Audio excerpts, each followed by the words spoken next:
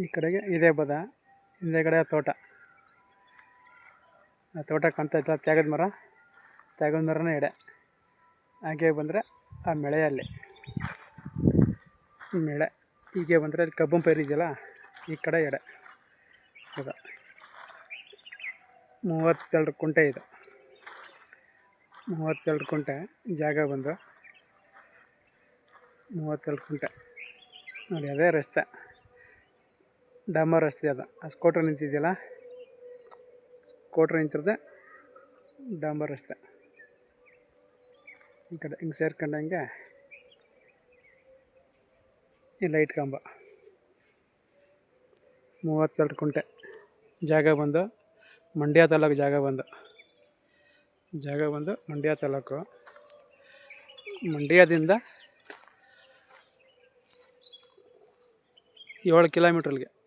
ಮಂಡ್ಯದಿಂದ 6ರಿಂದ 7 kilometre.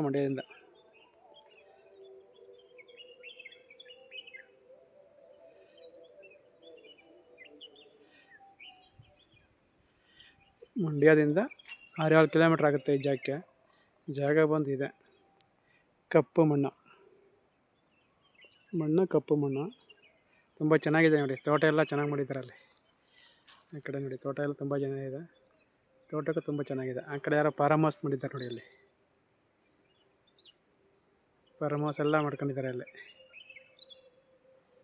Farm house ಮಾಡಿದ್ದಾರೆ. Road ಪೇಸಿಂಗ್ಗೆ ಬಂದು ನಿಮಗೆ ಒಂದು 80 ಅಡಿ ಸಿಗುತ್ತೆ. ರೋಡ್ ಪೇಸಿಂಗು 80 ಅಡಿ ಸಿಗುತ್ತೆ ನಿಮಗೆ. 32 ಕುಂಟೆ. ಒಂದು ಕುಂಟೆಗೆ 1.5 ಲಕ್ಷ ಹೇಳ್ತಾರೆ. ಕೂತ್ಕೊಂಡು ನೆಗೋಷಿಯಬಲ್ ಆಗುತ್ತೆ. ಒಂದು ಕುಂಟೆಗೆ 1 ಲಕ್ಷ ಹೇಳ್ತಾರೆ. ಕೂತ್ಕೊಂಡ್ರೆ ನೆಗೋಷಿಯಬಲ್ ಆಗುತ್ತೆ ನೋಡಿ. ಆ ಕಡೆ ತೋಟ ಎಲ್ಲ ತುಂಬ ಚೆನ್ನಾಗಿದೆ. ಲೊಕೇಶನ್ ಮಾತ್ರ ತುಂಬ ಚೆನ್ನಾಗಿದೆ.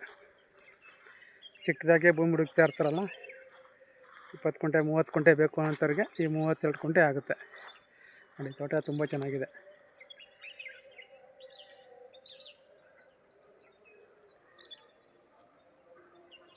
32 ಕುಂಟೆ ಇದೆ. ಒಂದು ಕುಂಟೆಗೆ 1.5 ಲಕ್ಷ ಹೇಳ್ತಾರೆ. ಕೂತ್ಕೊಂಡ್ರೆ ನೆಗೋಷಿಯಬಲ್ ಆಗುತ್ತೆ. ಮಂಡ್ಯ ಕೆರಗೋಡು ಹೈವೇಯಿಂದ 1.5 ಕಿಲೋಮೀಟ್ರ್ ಆಗುತ್ತೆ. ಮಂಡ್ಯ ಕೆರಗೋಡು ಹೈವೇಯಿಂದ 1.5 ಕಿಲೋಮೀಟ್ರ್ ಆಗುತ್ತೆ.